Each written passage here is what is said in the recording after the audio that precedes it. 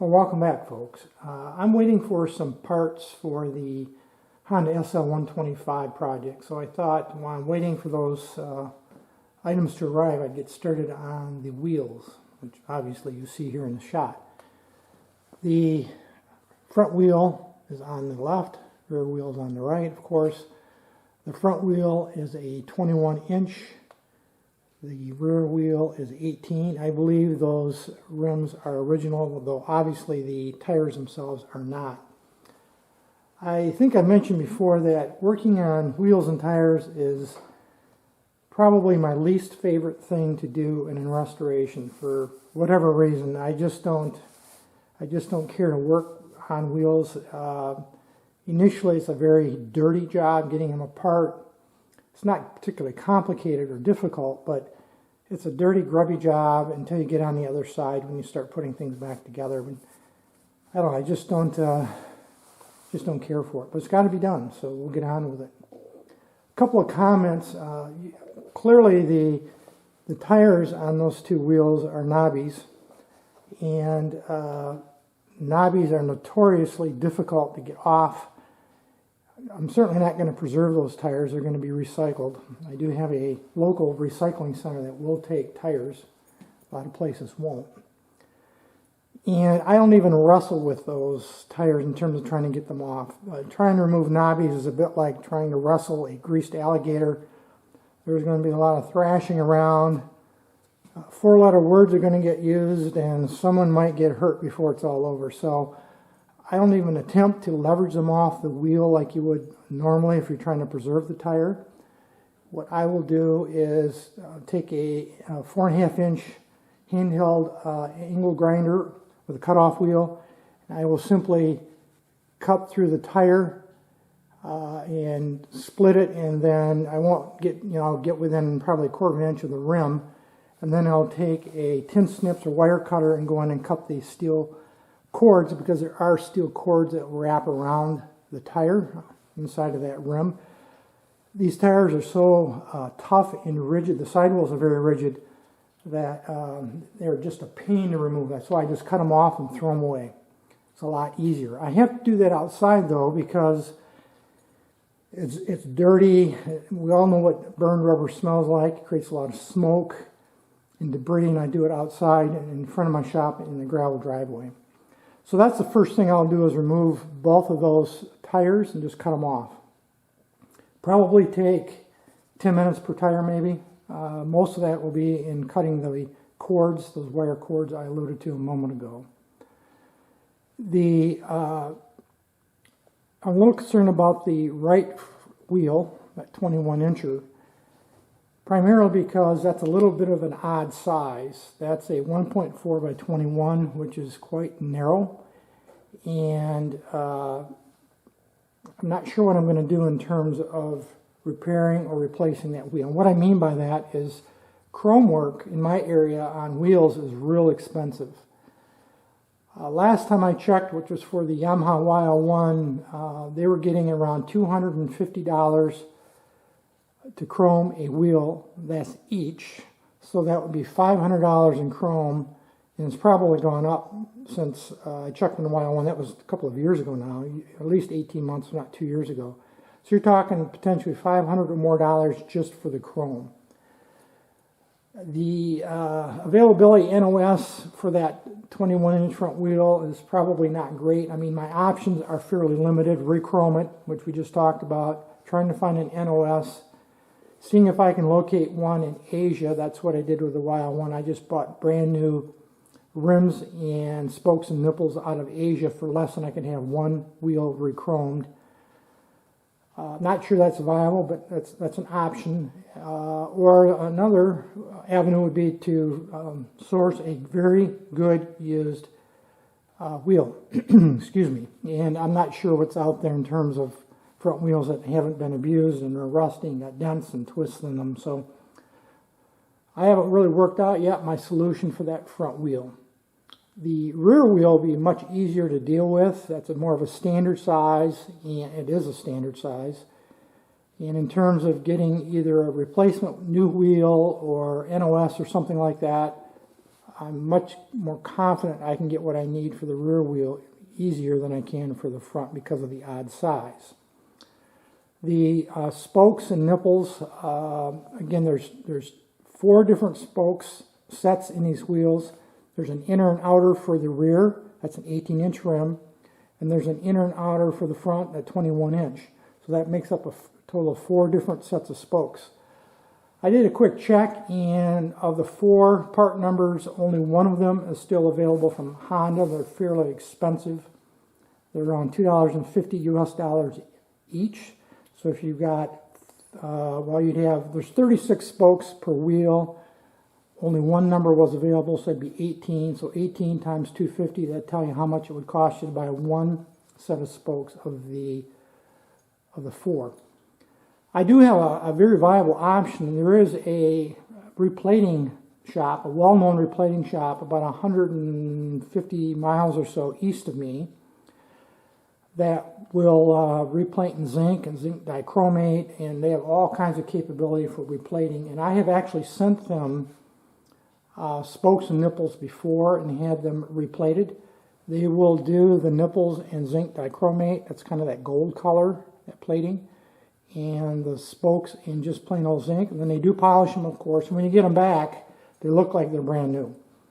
It's reasonably cost effective. They do it by the pound. They don't do it by the piece. I don't know right off the top what they charge per pound, but you basically just batch everything up, send it to them, and they do their thing to it and send it back in a box, and you pay accordingly. And it's reasonably inexpensive. And they do all the polishing, all the stripping, and they come back looking virtually like brand new. So I'm going to do a little searching around on the spokes and nipples for each wheel and see what's out there in terms of pricing and availability. I'm sure I can find them. It's just a matter of price. And I might send them off and have them zinc plated for me, and I'm not going to mess with, 18 or rather 36 spokes per wheel, 72 spokes. I could plate them myself, but I really don't have a way to polish them. They won't fit in my tumbler, and it's going to take a lot of time, and I think it'd be just easier if I can't buy new ones, send them off and have them replated, but we'll see as we get into this a little bit further. The hardware, that is, the nuts, bolts, washers, those kind of things are, I think, pretty much available still from Honda if I want to buy new. Though if I'm going to send the spokes out and nipples to be replated, I could send those bolts and hardware out as well, and they'd replate that. They don't care what they replate. They just do it by the pound, and they want to know what kind of finish you want on it. So even that sprocket, I haven't looked at it real close, but if that sprocket is in good condition, that is, the teeth aren't starting to hook over, they'll start to do that. That could be replated, but I'm not sure yet on that either. The wheel hubs themselves appear to have clear coat. I don't know if they had that Honda silver paint on them. I've got to look at those a little bit closer. They might. And if they do, then I'll obviously strip the clear coat, strip the paint off, repaint them, re-clear coat them before I put the wheels back together. So my next step is going to be to take the wheels outside, set up on a pair of sawhorses, get my angle grinder, my 4.5-inch grinder with a cutoff wheel out, and I'll cut those wheels off. I'm not going to show all of that, of course. Get rid of the tires, and then get them back in the shop and start disassembling the wheel assemblies themselves. I have mentioned in the past that when I break down a bike, I don't typically break it down to its very finest level. In other words, take everything apart when I initially do the breakdown. I prefer to break it down into sub-assemblies like you see here, the wheels, set them aside and break them down into various sub-assemblies. Then I will come back to each one in turn and do the deep dive in each of those sub-assemblies and do the restoration work. I find it's easier for me that way. I have less parts to keep track of that are loose, and I can focus my attention then on each of the sub-assemblies as I progress along the project. And it's easier for me just to keep track of everything and order parts as I go and not have extra components around that I don't need to get to for probably months. many months in some cases.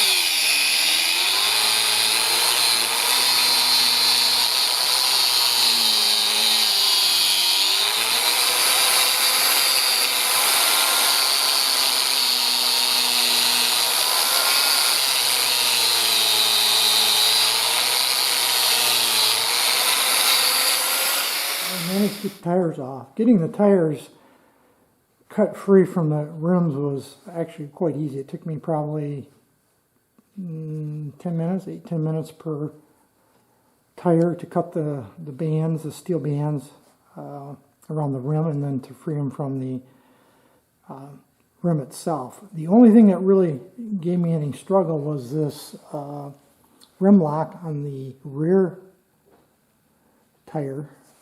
And what the problem was is that this, you can see right here, that stem wanted to turn. So the nut that was on here, that protruded through the rim, didn't want to loosen up. And I tried gripping the stem with vice grips and it didn't work. So I ended up cutting it off and then grinding it back as far as I could, taking a cold chisel.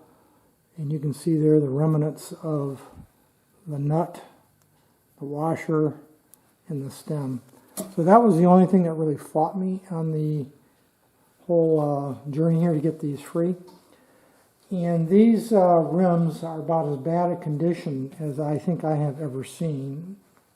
Pretty comparable to the rest of the bike. We went through some of this on the motor. I think we're going to see some of the same things. Well, it's actually a day later, and I finished up taking apart the rear rim this morning. The front rim I took care of yesterday and had it completely disassembled. So I thought from this view I'd do a little quick overview of what I found on the rims themselves, and then we'll change the setup and we'll talk about the particulars of the hubs and the other items associated with the wheels. This is the rear rim right here, and it's pretty typical, very rusty, as you can see. One thing I did notice, of course, is that for a rim band, someone used blue, it looks like it's just blue painter's tape. You can see, I think, right there. That's blue painter's tape. Now, I myself have used a good quality or high quality duct style vinyl tape. In fact, I've talked about that in previous videos in lieu of the rubber strap that quite often will go around, you use around the rim. But I have never seen blue painter's tape or masking tape used before. Both rims came apart reasonably easily. I actually had a little more trouble with the front rim than I did the rear in terms of getting the spoke nipples off. I only had one nipple on the front rim that I had to use a little heat on to get it loose, but I did get them all free. And take a look at the front rim. Again, very similar to the rear rim in terms of condition. This one did have a rubber, the traditional or typical rubber band that went around or strip. The rear wheel has a little bit more wear and battle scars, not surprising. You can see probably right there some of the damage to the rim all the way around. Now my intention is to see what I can find in terms of replacements for these rims. Certainly I could have them re-chromed. I already talked about that at $250 US dollars each. But I'm going to look at my options right now to either find very, very good, pristine, used NOS, aftermarket, or whatever. I'm going to do some research on that. So I haven't made a decision yet in terms of replacement for the rims themselves. I'm going to change the setup now and go to an overhead shot, and we'll talk about the other parts associated with these wheels. Let's talk first about the brake backer plates, front hub and axles on the left, rear hub and axles on the right. We'll start with the front hub first. You will notice I'm wearing gloves, and the reason I'm doing that isn't to keep my hands clean, but rather I don't know whether these brake shoes have asbestos in them or not. They're old enough, they date to the early 70s, and I mentioned this, I think, when I was working on the Yamaha YL1. Asbestos is nothing to fool with. And at this stage in my life in the game, I'm not going to take any unnecessary chances. I'm not 20 years old anymore. And I just don't know. So I'll wear, when I handle brake shoes now, older brake shoes especially, I wear gloves, and then I wash these literally in my sink in my shop, wash them thoroughly and dry them. So that's the reason for the gloves. Let's talk about the backer plate. Not in bad condition. You can see there, and again, I'm very confident it's been painted and then clear coated. There are a few little scratches in it right here. I don't think those are casting marks, so I might have to scuff sand those out a little bit. But what I will do with this assembly is I'll take it all apart. I will clean these brake shoes. These are, I think, a very commonly used shoe size and type, and across all the brands of this particular size of bikes, 100s, 125s, maybe even 175s. In that era, I used this virtually identical brake shoe. Probably still available from Honda, certainly available aftermarket. I'm not worried about that. I'll clean them up. I'll check, see how much meat's left on them, see if there's a speck on it. If I believe they're in salvageable condition, I might try to keep the brake shoes. Springs here and here will probably be replaced, and again, likely still available from Honda, not sure. This inner seal right here is not available from Honda any longer, but I'm sure I can find that aftermarket on eBay or some other way. And of course, the drive gear right here for the speedometer, and that's, of course, right now locked up or frozen. So I'll have to get that all cleaned out and get that working again. I'm sure that's salvageable. I think there's a lot of grease in there, and it's just kind of solidified. The hardware, in particular the brake arm here, nut, bolt, washer, probably still available from Honda. Certainly could be replated, probably will be replated, these parts, because they're in very good condition. They're just, in fact, they could probably just be polished because there's really no corrosion. There's no wear on them. They're a little dirty, but probably quite salvageable. The axle itself, same story. Very good condition outside of being dirty. Doesn't show a lot of real rust, a little bit of surface rust here and there. The spacer bushing right here, very good shape. Threads look okay. And the castellated nut actually looks very good also. Usually, or quite often, these get beat up because they're exposed out in the front wheel, and ham-fisted mechanics will put a pair of vice grips on these, or water pump pliers, or an undersized plier, and take them off, and they round these edges and beat these all up. This one, though it has just very slight evidence of that, be cleaned up very easily with a file, and if it was replated, it would look like a new part. Though I'm sure many of these parts are available from Honda yet. The rear brake backer plate, same kind of story, with the exception that these brake shoes are in worse condition. You can see they've been exposed to moisture. That's what this white powder is.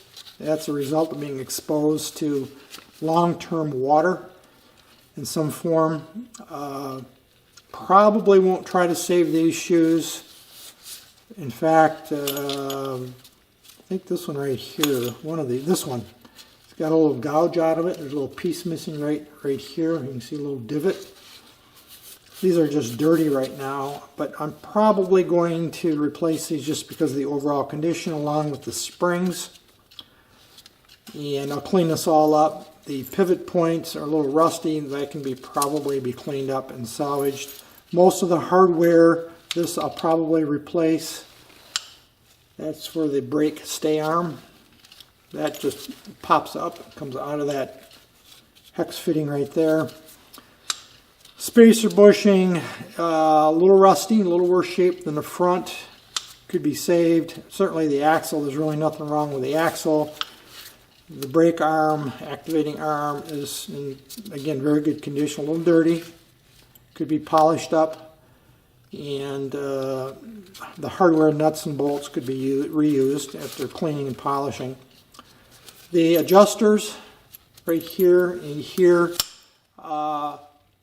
probably could be saved. I don't know whether I will or not. I'll see how much they are to buy new ones. Sometimes it's not worth it. You can, it's surprising, in some cases you can buy parts very inexpensively, so it's just not worth putting the time into salvaging the originals, as long as the new part is identical, that is. And sometimes they're outrageous, but I don't know on these adjusters yet. So this obviously will all come apart, and the backer plate itself will be cleaned, media blasted. Along with this one, they'll both be media blasted, and then I will repaint and clear coat the backer plate as well. I think we're going to call this video at this point, folks, and we'll pick it up, the review of the parts, in the next video, starting with the hubs themselves and discussing what I found there, and we'll move on with the conversation. So we're going to call it quits at this point. Any issues, questions, thoughts, drop me a note, and as usual, thanks for watching.